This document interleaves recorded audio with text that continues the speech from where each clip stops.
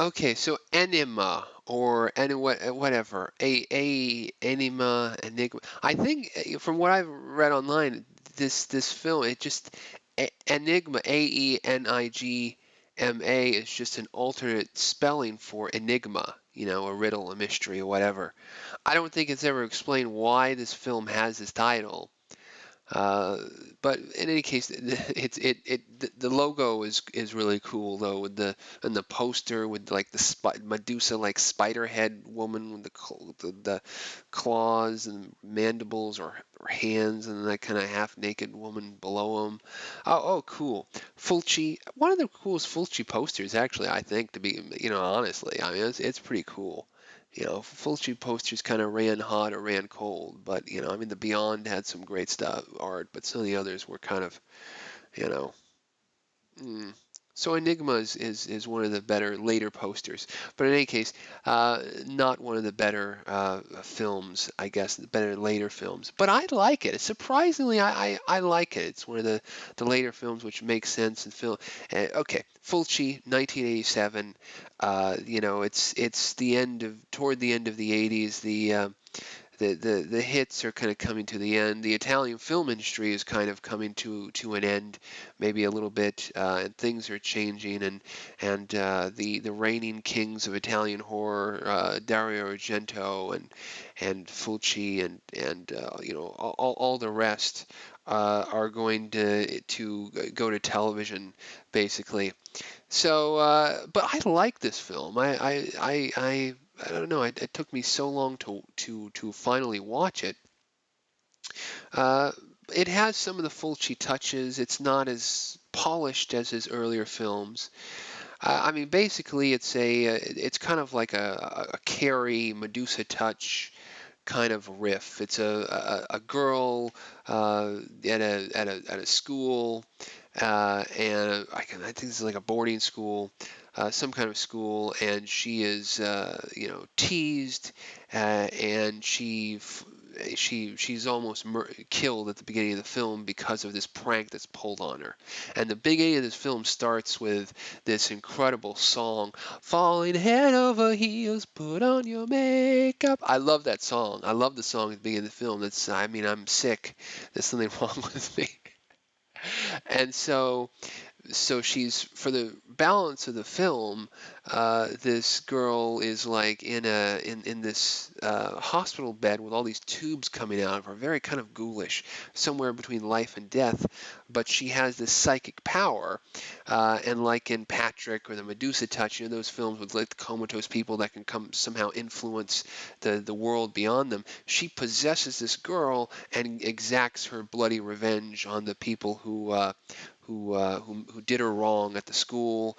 And there's this teacher that she seduces, played by this actor Jared Martin, who I think is most well known for starring in the War of the Worlds television remake series in 1988. And I think he did some soap opera stuff, like One Life to Live in Dallas. But he's in this film. Was he in? I think he also did some other crappy.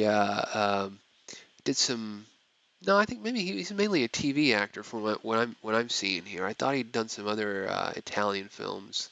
He's a technician in Westworld, but yeah, mainly he was just in the Wonder Woman series, Chips, Incredible Hulk, Heart to Heart, Fantasy Island.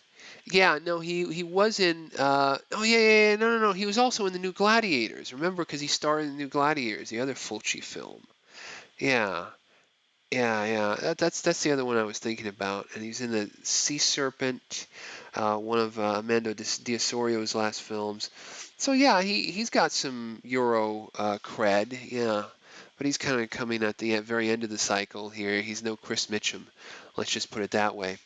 But the film is good. I mean, I love the this woman who is in the bed and somewhere between life and death, but somehow being able to, very much like Voices from Beyond, you know and Manhattan Baby I thought really sucked though. This is a much better film than Manhattan Baby.